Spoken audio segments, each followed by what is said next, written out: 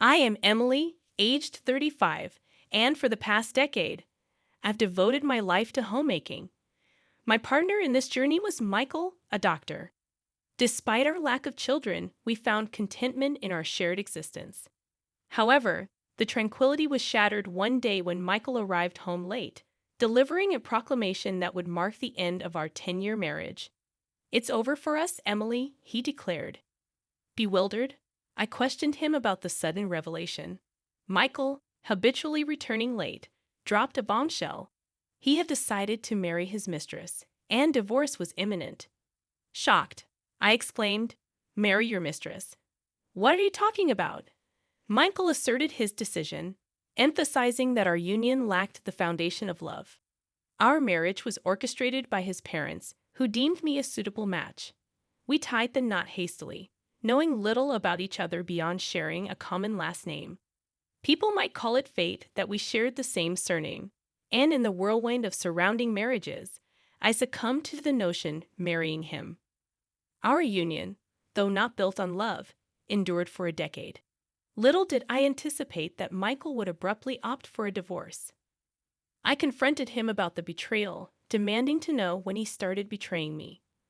Michael insisted it wasn't betrayal, revealing that he met his mistress, a nurse in our hospital, a year ago.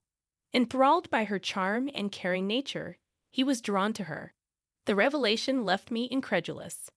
Despite our marriage's lack of love, I never imagined Michael's callous desire to marry another woman. He demeaned our shared history, expressing disdain for my role as a homemaker.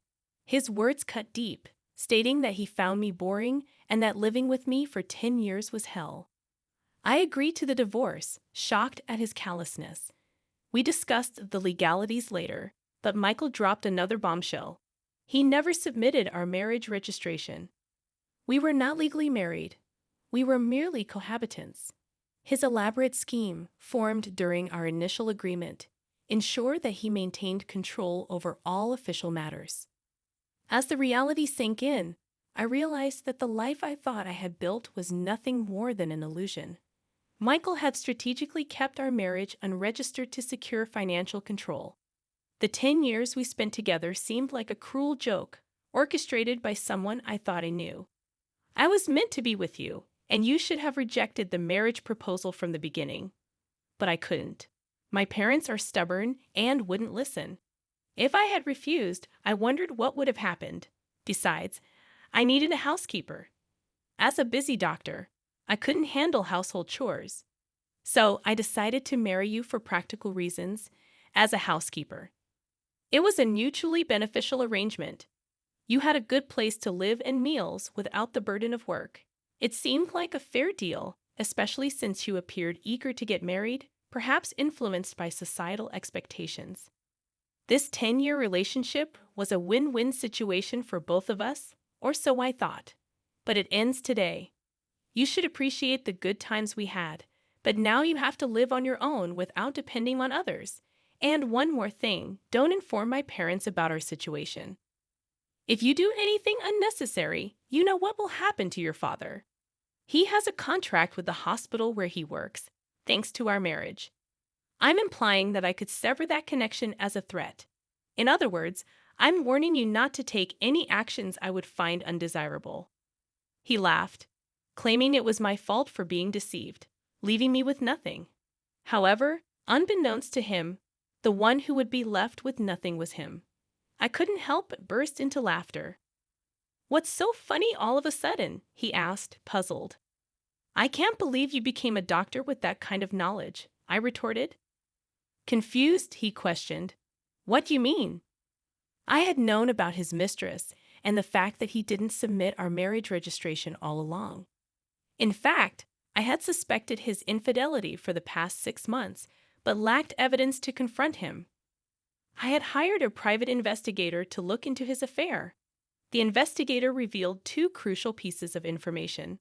First, there was evidence of my husband entering a hotel with a nurse from his workplace. Second, based on their conversations, there was a possibility that we were not legally married. "What does that mean?" I asked in disbelief. He explained, "I overheard your husband and his mistress at a cafe." They mentioned not needing to worry about alimony or property division because they never submitted a marriage registration. I couldn't believe it. We had been living as a married couple for 10 years, and the revelation that we might not be legally married was shocking.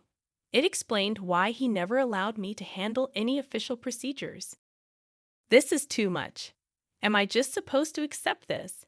If we were never married from the start, there's nothing. I trailed off, grappling with the reality of our situation. I can do more than you think, I asserted.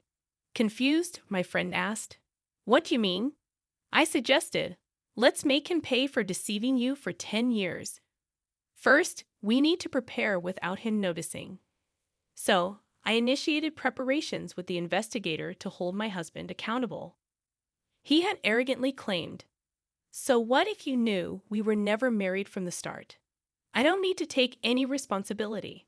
Mocking my supposed pitiful ignorance, he believed he was in the clear. However, I turned the tables on him. "You said I was pitiful for not knowing anything, but it seems you were the one who was pitiful," I retorted. I revealed a legal loophole. Our relationship, though never formally married, was considered a common law relationship on paper. I explained, in a common law relationship, you can actually claim alimony and divide property. Confused, he questioned, "What are these conditions?" I clarified. First, both parties must have the intention to marry. The second is living as if married, including sharing household life for over 3 years. We meet these criteria. I continued, even if you can claim alimony and property division, you're just an unemployed woman, planning to rely on your parents after being kicked out. With a smirk, I assured him, "Didn't I say I was preparing? I've already found a job starting next month, and I've got my eye on a new place." Defeated, he stammered. "But even if you can claim alimony and property division, do you not care what happens to your father if they want to break the contract?" Unfazed, I replied, "Let's see if they'll break a contract just because the doctor's wife of 10 years was a lie. Try saying that to my father and see if we won't be affected." As I took out my phone to inform my parents of the impending end to our relationship, he panicked. "You're not calling your parents, are you?" I calmly stated, "That's exactly what I'm doing. Our parents think we're still married. It's only natural to inform them if this relationship is ending." Surprisingly, he began to apologize to me, realizing the tables had turned. "Please, let me talk to them. Don't call," he pleaded urgently. I raised an eyebrow, frustrated. "Why? You know how strict my parents are. If they find out about this, I'm done." I retorted, "What does that have to do with me? Are you asking me not to tell the truth because your parents are strict? Are you kidding? You could have refused the marriage from the start if you didn't intend to marry. After 10 years of a selfish marriage, you're afraid of your parents finding out. I can't accept such a convenient story. But I can't accept your story either. I'll make sure to tell both your parents and mine," I declared, and without hesitation, I called both sets of parents. All 4 were shocked upon hearing my story, leading to a prompt arrangement of a meeting at our house. "I've heard everything over the phone. Is it true that you pretended to be married for 10 years without submitting a marriage registration? Speak up, you foolish son," his father scolded. His response was a sheepish admission, "It's true. I didn't submit it." His mother intervened. "Why would you do such a thing? Didn't you think about how Emily would feel?" I had no choice. He defended himself. "No choice, you say? How can you even say that? It's actually your fault, Dad and Mom. I didn't want to get married yet. You started looking for a bride on your own, saying it was time I got married. You arranged meetings and tried to force a marriage on me. You're the one who agreed to the marriage, aren't you?" I had to agree. If I had refused, you would have made a fuss about it. "So I decided to get married," he explained, pointing the blame back at his parents. His father questioned, "If you were resolved to marry, why didn't you submit the marriage registration?" He cited an internet story. I read about a man in the same situation. He didn't want to marry but had to because of his parents. He lived a married life without submitting the registration and revealed the truth when he found someone he truly loved. That's appalling. What happened to that guy in the end? I asked. He's now married to the person he loves and has a real marriage. So, I too will marry my girlfriend and have a real marriage, he declared confidently. Then my parents spoke up. A real marriage, huh? Sure, you might not have had a love marriage, but do you remember what you said at the wedding? We will never forget to care for each other and build a home full of smiles. What did those words mean to you? What were we shown? We sent our daughter to you hoping for her happiness, but you deceived her for 10 years without submitting a marriage registration. Did you build a home full of smiles? Now you're leaving her for another woman. Can someone who acts without a shred of care, even if they change partners, truly have a real marriage? He stammered, attempting to respond, but my father cut him off. I was happy you married our daughter, not just because you were a doctor. I thought she could build a happy home with someone as sincere as you, but it seems we were mistaken and deceived. And you threatened our daughter. If she told us about this, you'd cut off the contract with our company. Seriously. If you're going to threaten our daughter, we'll cut off the contract ourselves. Be warned. We will tell the truth when asked. Why? If you do that, there will be rumors at the hospital, my father warned. His face paled at the unexpected turn of events, and he pleaded, please wait. This is getting out of hand. Let's just talk. But my father-in-law, furious, wasn't having it. Don't mess with us, he declared, grabbing my husband by the collar. We didn't raise you to be such a scoundrel. What were you thinking? Father, please stop. By not submitting the marriage registration, you might have thought you were doing yourself a favor, but because of your selfish actions, Emily was strung along for 10 years. I interjected, my voice firm.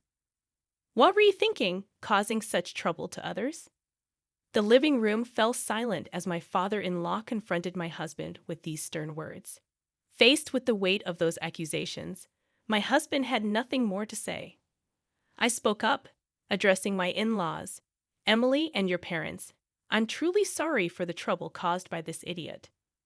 No, you parents shouldn't apologize. It's not your fault. However, it's partly our responsibility as parents for letting him act this way.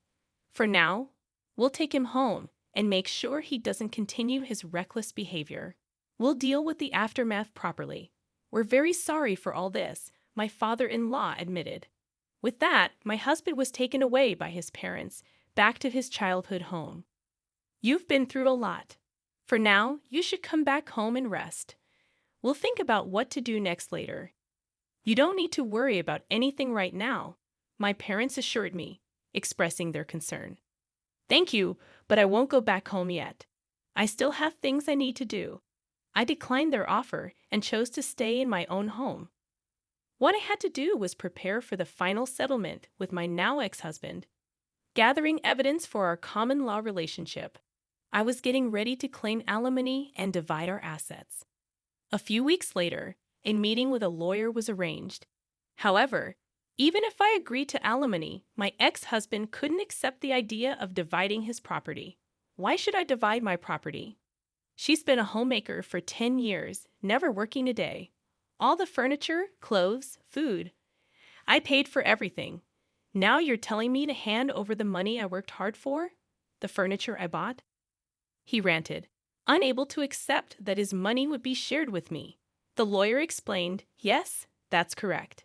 The money you earned and the furniture are subject to property division. Why does it have to be like that?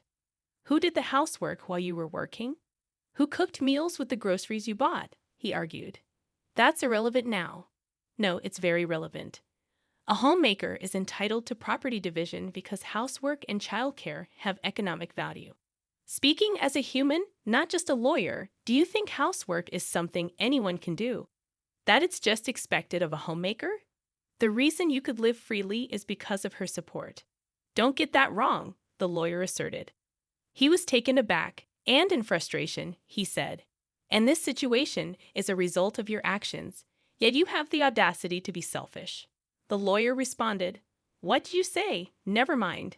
Anyway, she's entitled to half of the assets for property division. That's how it is. Regarding alimony, we intend to claim $100,000 from you, the lawyer continued. $100,000? Why so much for a relationship that wasn't even a marriage? He protested. It's precisely because you weren't married. Normally, alimony claims in common law relationships range from $10,000 to $40,000. However, in your case, you pretended to be married for 10 years and selfishly tried to kick her out when you found someone else. The amount is determined by the severity and duration of your actions. But still, you may think 10 years is just a short time, but it's longer than you realize. During that time, she devoted herself to you, believing you were a married couple. You have no right to complain after betraying her, the lawyer explained, presenting a strong case. Unable to counter this argument, he reluctantly agreed to my demands. I also sent a notice of claim for alimony to his mistress, thanks to the investigator who revealed her identity. As he had said, she was a nurse working at the same hospital. In a panic after being served with the alimony claim from me, she confronted him at the hospital with the notice I had sent. Wait a minute. This isn't what you told me. What do you want? I told you not to talk to me at the hospital. I got this from your wife. You said there wouldn't be any alimony because we weren't married. What's this all about? She questioned him. I later learned that their confrontation at the hospital had sparked quite a scene. Okay. Let's talk about this later, not here. There are too many people around. We'll both be in trouble if this turns into a rumor. He tried to defuse the situation. I don't care about that. I can't pay this kind of alimony. You said it was okay, so you should pay it for me. What? I won't pay a penny. You were the one who wanted this relationship. You said I was the only one for you, that you wanted to marry me. Hey, quiet down. Everyone can hear us. Just so you know, I'm not in the wrong here. If you want to make amends with your wife, do it yourself. Tell her I don't owe her a penny, that you'll take care of everything. Wait, hold on. This exchange led to the revelation of their affair to the entire hospital. It quickly became the talk of the place. Then, the final blow was my father's request to the hospital. I apologize, but we would like to terminate our contract at the end of next month. The hospital, aware of the rumors, asked my father, "Excuse me for asking, but is the reason for canceling the contract related to Dr. Michael's affair? It's already become a rumor." Yes, a nurse presumed to be involved caused quite a scene. I never imagined he had been pretending to be married for 10 years without submitting a marriage registration. I never expected it to turn out like this. You mean he never submitted the registration? Weren't you aware that he hadn't submitted the marriage registration? All we knew was that he, being married, had an affair. What do you mean he didn't submit the marriage registration? With my father's request, it was revealed that he had been deceiving me for 10 years by not submitting the marriage registration. This news spread among the other nurses. Dr. Michael deceived his wife for 10 years without submitting a marriage registration, and he had an affair with a nurse. How low? How could he do that? Can someone really not notice for 10 years? Apparently, Emily's maiden name was the same, and he managed all the official paperwork. That's scary. The rumors spread not only among hospital staff, but also to patients, and both Michael and his mistress received cold stares. Unable to endure, they soon resigned from the hospital. As my father told me, "Did you manage to get the alimony?" Yes, I received payments from both him and his mistress. She refused to pay until the end, claiming she was deceived. But the lawyer made it clear her argument wouldn't hold, and she reluctantly agreed to pay. That's good. What about you, Dad? Did the contract get canceled after all? No, that's off the table. He resigned, and since our company is trusted, the hospital asked us not to cancel the contract. We couldn't cancel it after they asked like that. That's a relief. Then I started a new life in a new place and was living happily. About a year and a half later, my ex-husband contacted me. "Is it true you got remarried?" I had married a man I met at work, and somehow he had found out. I wondered whose number this was, going through the trouble of changing your number just to contact me. Just answer my question. Yes, I got married. You betrayed me. Betray. We were never legally married, so I didn't think it would matter to you, right? That's a different matter. Indeed, things are different now. We're completely separated, so my marriage has nothing to do with you. Is that why you contacted me? After I said this, he seemed at a loss for words. Then he taunted. Of course, you're still unmarried, since you probably haven't submitted a marriage registration again. You're that kind of woman. But things weren't as he imagined. Unfortunately for him, my husband isn't the kind of person to do such terrible things. He knows all about your story. So to ensure I wouldn't feel anxious, we went to the office together to submit the registration. Sadly for you, things aren't as you thought. I can somewhat understand your wish for me to be unhappy, considering your own misery. But sorry, we're happily married. I told him this and hung up the phone. What kind of life he leads now, I don't know. But unless he changes his selfish nature, it's unlikely he'll ever find happiness.